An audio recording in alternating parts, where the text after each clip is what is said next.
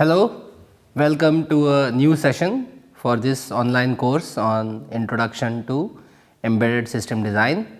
So, in this configuration, if we have the transistor, you want the transistor to handle more amount of current, then you can use what is called as a Darlington pair, where you use two transistor to multiply the beta, and this is the typical configuration of a Darlington pair here.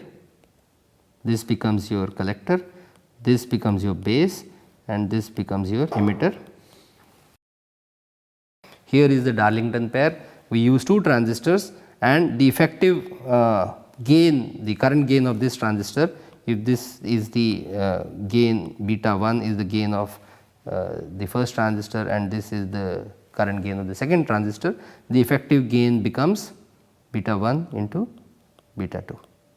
And so, this configuration can handle much larger current. However, please note that now the base emitter voltage is no longer VBE, it is VBE 1 for the first transistor plus VBE 2 for the second transistor, and therefore, if you are going to use a Darlington pair in that power supply configuration, the V out has to overcome this, and so the output voltage of the op amp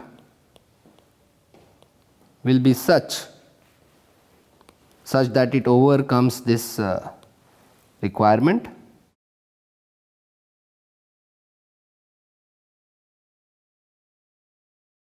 And so, if I am going to use this power supply configuration and I want more current, which a single transistor may not provide me the required current gain, I could use this Darlington pair. However, still this power supply suffers from an inability to provide against any short circuiting attempt at the output, and so we must build in some mechanism so that short at the output does not end up destroying the power supply, and the way it is achieved is through this circuit here, through the introduction of this transistor T2. This ensures that the current is never going to exceed a certain amount. In this case, the maximum current that this power supply will provide is equal to VBE of transistor T2 divided by the value of R2. So, if this voltage is say 0.7 volts, and if you choose R2 to be 1 ohm, that means this power supply can provide 700 milliamperes of current. What happens if you short it?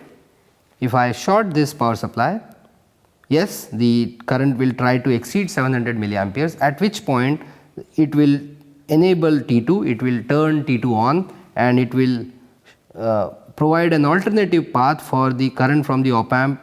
Instead of going into T1 and getting magnified by a factor of beta, which would lead to the destruction of T1, it would divert the current. Instead of going into T1, it would carry it through this, and since it would not be magnified by a factor of beta, it would protect the power supply. So, this is a standard method of short circuit protection. 3 terminals regulators of the type that we have been discussing, the 78XXX series. I have illustrated two simple regulator configuration. One is a 7805. You see, these are the additional components that you require apart from the regulator, a couple of capacitors at the input and output and nothing else, maybe an indicator to indicate that the power supply is on with the help of this resistor here and LED. This is a simple 5 volt linear regulator.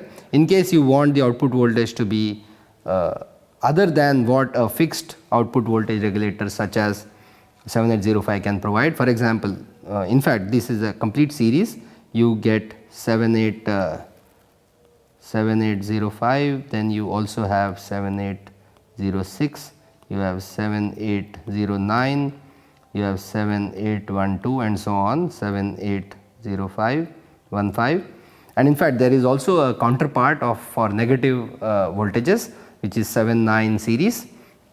If you want an voltage, for example, of 9.5 volts, then you can utilize this 3 terminal adjustable voltage regulator, where it uses this formula V out is equal to 1.25 volts, which is the reference voltage inside this, and R3 by ratio of R3 by R4 here, R3 and R4, and you can tailor R3 and R4 values to give you whatever arbitrary voltage within the range of output voltages that are available with this adjustable 3-terminal voltage regulator.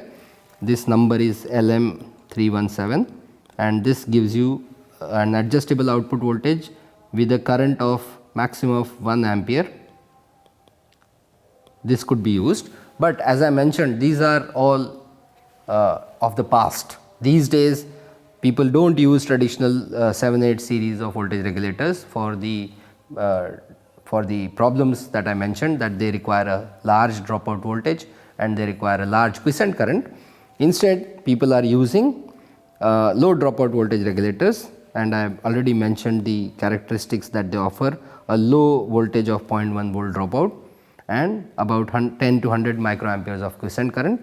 Here are some examples. If you want to power a 5 volt or a 3 volt or a 2.7 volt circuit, you can use LP2950. This comes in various versions which provide 2.7 or 3 or 3.3, even 5 volt output. Another adjustable voltage regulator of the LDO variety is LP38500, and this requires a 0.6 volt dropout voltage, which is still much lesser than the 3 volts that a 7/8 series requires. Now, linear regulators are great, they are simple to use, but one of the big problems is that they are very wasteful. If your battery is say 12 volts lead acid battery and you want to power your circuit at 5 volts, so the linear voltage would get a difference voltage of about 7 volts, and if your system is consuming 1 ampere of power, let me illustrate this. This is an important point here. So, if I am using a 7/8 or linear regulator of whatever type, irrespective of whether it is a LDO or a traditional 7/8 series, I have, let us say this is a 5 volt regulator, 5 volt linear regulator.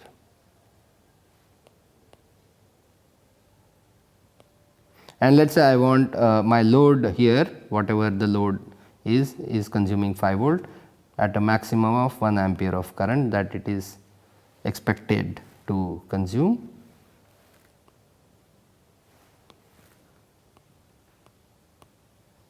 And let us say my source is a battery, which is a lead acid 12 volt battery. Even if I do not consider any quiescent current being consumed by the power supply regulator, still the difference of this and this is 7 volts, and it is going to provide the battery is going to be you are going to take off 1 ampere of current from the battery. Therefore, the power supply has to dissipate 7 volt into 1 ampere, which is equal to 7 watt as heat, because you only are going to consume 5 volts at 1 ampere. And so, a linear regulator is not a very preferred method of powering portable applications which use a battery. What are alternatives? That instead of linear regulators, we use switching regulators. Switching regulators, as against the linear regulators where the active elements operate in the linear forward active region, the elements which make up a switching regulator do not operate in the linear region, forward active region. They are either turned on or turned off, meaning they are either saturated or cut off, and this leads to a high efficiency. Typical efficiency figures that you may expect is of the order of 90%. The disadvantage is that to give you this efficiency and to operate in the switching mode, it requires an external inductor. It requires a switching diode, which in some cases could be integrated on the power supply chip, and it also requires a high current switch which can turn itself on and off. Other requirements are that it requires output capacitors to filter the noise that would come, because now your regulating elements are switching on and off. You require a capacitor, but this has to be a special type of capacitor called low ESR. ESR stands for equivalent series resistance. If the series resistance of a capacitor is large, it would prohibit the capacitor from quickly stabilizing the voltage, because the R and C time constant would slow it down, and so you need capacitors which are qualified as low ESR. Even after filtering the output voltage, you still have relatively large output noise compared to a linear regulator, and the type of the switching regulator that you use would depend on what is the input voltage that is available and what the output voltage that you expect. There are of three primary types. One is called buck voltage regulator, where the word buck means to bend, that is the output voltage is less than the input voltage. In some cases you can use a boost type of voltage regulator, where you can, if your input is say 1.5 volts alkaline battery and you want 3 volts output, you would use a boost regulator. This is a great advantage because linear regulators cannot perform this function. They cannot increase the output voltage more than the input, but a switching regulator can, especially in which case you will have to use this boost type of regulator. In case your battery voltage could be more than the output required sometimes, and sometimes it can fall below the required output, you would need a regulator of the type called buck boost. In buck voltage, the output voltage is less than the input, but the output current is more than the input current. And this is the topology of the circuit topology of a buck regulator. This is the buck controller. You need one switch here and a switching diode. This is a D1 is a switching diode. This is the inductor. Unfortunately, you cannot integrate an inductor on a chip. You can integrate this transistor, you can integrate this diode, but the inductor cannot be integrated. So, inductor and this output capacitor which I mentioned, low ESR capacitor, have to be still outside. Here is an example of a commercially available complete integrated switching regulator LM2575. You still need this switching diode and an inductor, and it will reduce the output voltage compared to the input voltage and do it very efficiently. In case you need the output voltage to be more than the input voltage, then you use a boost type of voltage regulator, where the output voltage, as you see here, is more than the input voltage, but then the output current is less than the input current, because at the end of the day power has to be conserved. If the input voltage is less than the output voltage, the input current will be more, significantly more, so that the product of input current and input voltage is little bit more than the product of output voltage and output current. Here is an example. This is the topology of switching regulator, boost type switching regulator. It still uses an inductor, it still uses a switching diode, and it still uses a high current switch, except the location of these three components has changed, and this is the low ESR capacitor. Here is a available example. In fact, TPS 61070 is a switching boost type of switching regulator available from Texas Instruments, and using a 1.5 volt battery you can get say 5 volt or 3.3 volts, which is suitable to power your small embedded applications. Another example is you could use linear technology LT1308, where the input can be in the range of 1 to 10 volts and can provide output voltage up to 34 volts, and the switching current can be up to 3 amperes. Switching current means the current that it uses at the input, it is not the output current. The third regulator type of switching regulator is the buck boost. As the name suggests, it can operate either as in the buck mode or the boost mode, depending upon what is expected at the output and at that time what is the input voltage. For example, if the output voltage requirement is say 3.3 volts and the input voltage is 6 volts, the regulator will switch in the buck mode. If the voltage falls below 3.3 volt, the regulator will seamlessly switch into the boost mode, so that from 3 volts input it can continue to provide 3.3 volt power supply. Typically this is the situation in your smartphones and mobile phones, where the source of energy is a battery. The nominal voltage of this battery is 3.6 volts. When it is fully charged, it can be as high as 4.2 volts, and you can safely discharge this battery up to 3 volts. And the required output voltage could be 3.3 volts as one of the voltage requirements of a microcontroller. So, if you are going to regulate this voltage, this battery voltage, you have to use a buck boost regulator, so that when the battery is fully charged, the regulator operates in the buck mode.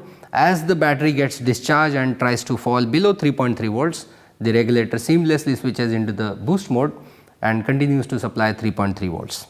Here is an example, and here is before that, here is the topology of a buck boost controller. Now it has merged the two components of buck and boost. So, you have twice the number of high current switches, two switching diodes and only one inductor, and based on the requirement it would either switch Q1 and D1 or Q2 and D2 depending upon whether it is the buck mode or the boost mode, and maintain the output voltage to required values. Here is a commercially available example of a buck boost regulator. This is LM3668, originally from National Semiconductors, but National Semiconductors is today a part of the Texas Instruments, and so this is being produced by Texas Instruments. It has input voltage range of 2.5 to 5.5 volts. The output is fixed, either you can choose a 2.8 output or 3.3, and the output maximum output current you can draw out of this buck boost regulator is 1 volt. So, here we have considered the three common topologies for switching regulators, which could be very common, which would be very commonly used in embedded applications. Here is an example of a cell phone charger, where you take the input voltage from the source, which could be 100 to 240 volts, and you still provide 5 volt output, but with a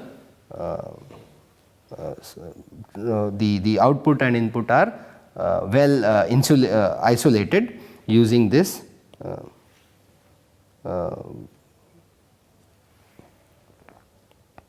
optocoupler.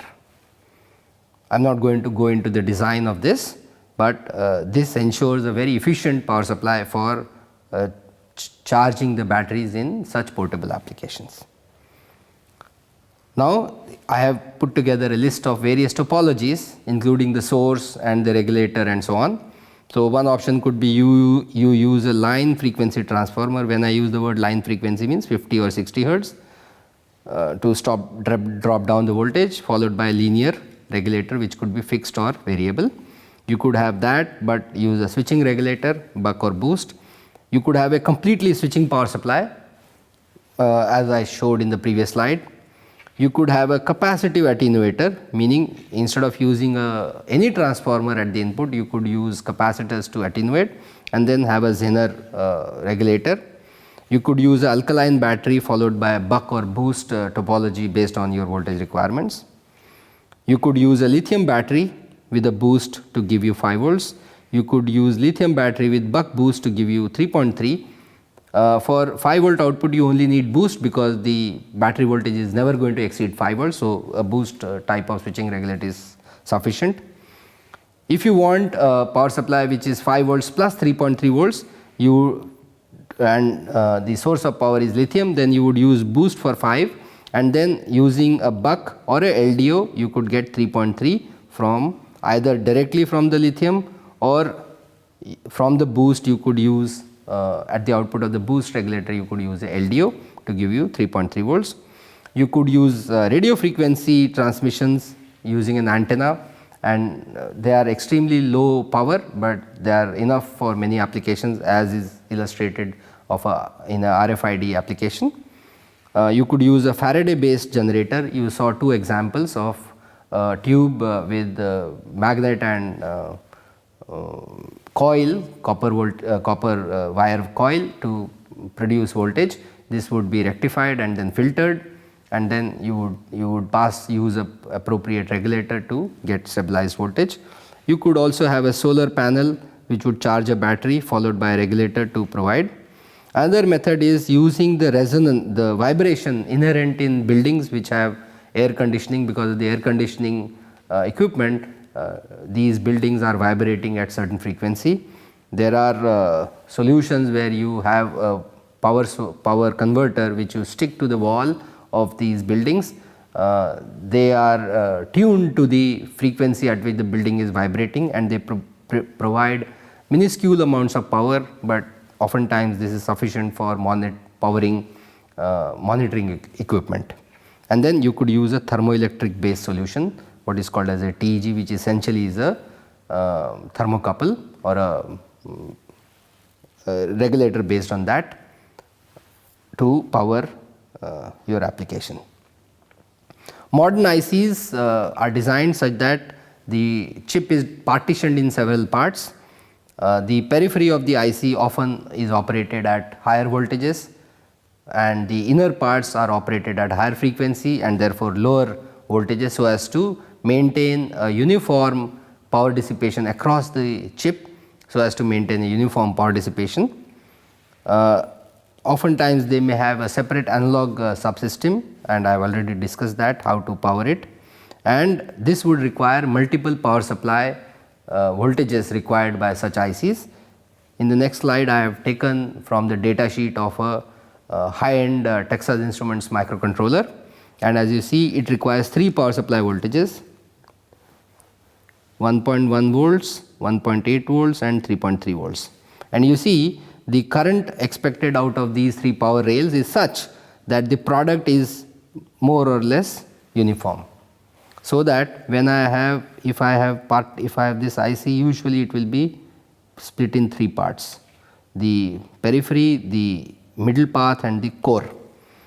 The core will be operated at the lowest voltage because it is going to operate at highest frequency. The periphery will be operated at highest voltage because it can then provide large noise margin, but it will have to operate at lower frequencies, and the middle one would be an intermediate voltage, and each of these parts consume an amount of current such that the product of current and voltage is pretty much uniform, so that the entire chip dissipates uniform amount of power, so that there are no voltage differences which may lead to thermoelectric effects, or they may produce physical warping in the chip. One solution is to use a linear type of regulator for all the 3 power sources, where the input is a lithium battery, as can be seen here. This is typically a lithium battery voltage, and you see the first power supply would be 30% efficient, the second will be almost 50%, and the last one, where the output voltage is very close to the battery voltage, will give you about 90% of efficiency, and this is not an acceptable solution because you are wasting so much power in these 2 power supply voltages. And the solution is not to replace all the power supplies with switching regulators, because this power supply is already giving you about 90% efficiency. You will not gain much by replacing a linear regulator with a switching regulator, because it may give you better efficiency of 2-3%, but at a much higher cost of additional components. And so an ideal solution would be one in which these 2 power supplies regulators are replaced with switching regulator, and the third one is still maintained at of a linear type. This is the expectation out of a designer when you are designing a complete embedded system. You have to consider the power supply requirements of the microcontroller and other components in your system, and to design voltage regulators compatible with the requirements. Microcontrollers, modern microcontrollers try to conserve available power based on the performance required at any given point of time by at least having 3 modes of operation. One is the active mode, where you are operating at full capacity, full performance, such as in a mobile phone or a smartphone. If you are using it, the microcontroller inside is operating at the highest capability. But when you are not using the mobile phone, it is lying down and you are not receiving any phone call or any SMS, then it tries to save power by switching the display off and so on. And also maybe some internal circuit elements are switched off, the clock's signal to these subsystem is turned off so as to conserve power. And the last mode of operation is power down mode, where the clock oscillator itself is switched off, because clock oscillator is one of the largest power consuming elements in a logic circuit. By turning it off, you can save power if you are not going to use the system.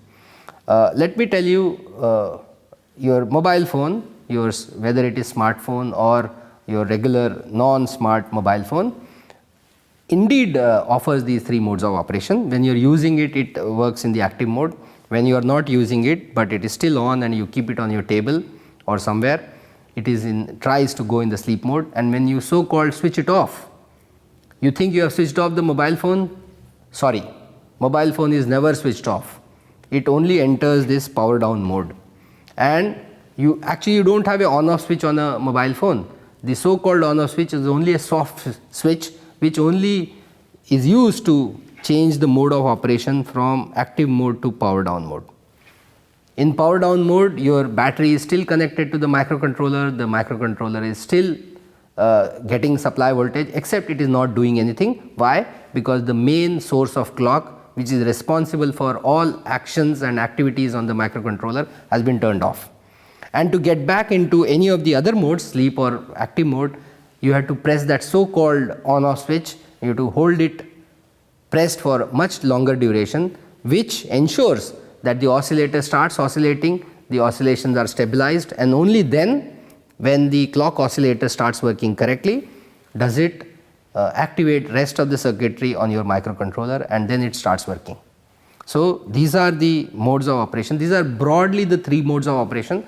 A typical microcontroller may offer more varieties in the active mode. It may offer more varieties in the sleep mode and power down mode. In fact, as we will start discussing the MSP430 microcontroller, you will see that it offers many sub modes which would be classified as sleep or power down modes, so that the end user, the designer, has more options to choose from, so as to conserve whatever battery power that is available.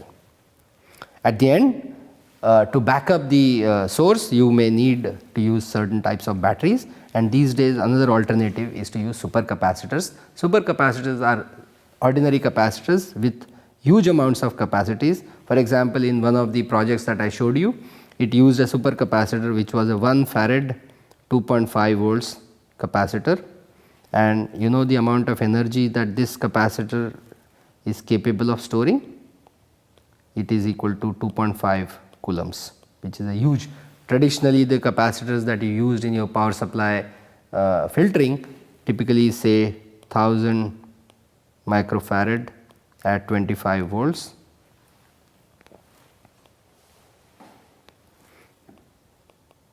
This is just 25,000 microcoulomb, which is a much smaller fraction compared to the capacity of a supercapacitor. So a supercapacitor could also be used. A supercapacitor is far better than batteries because it has much longer life and it is not as hazardous for disposing compared to a battery. These are the typical commonly available batteries these days that people are using. You need to know the type of battery, the terminal voltage, what is the power versus weight ratio, what is the efficiency, and how many times can you charge and discharge this battery, and this can be an important consideration depending upon the product that you are designing. If you are making a cell phone kind of product, you could perhaps use lithium ion or lithium poly, but if you are going to fly a outer space probe where the lifetime is only few years in these kind of batteries, but your outer space probe may take several years to reach its destination, certainly these type of batteries are unsuitable to power the backup as a backup power in such space probes. So you have to find alternative other types of battery chemistries which may not be as efficient as lithium ion or lithium poly, but they have much longer life cycles. With this we come to the end of this lecture. I will pick up from here. In the next lectures we are going to now get on to understanding the MSP430 microcontroller and the architecture and other issues related to this microcontroller. Thank you very much. I will see you very soon.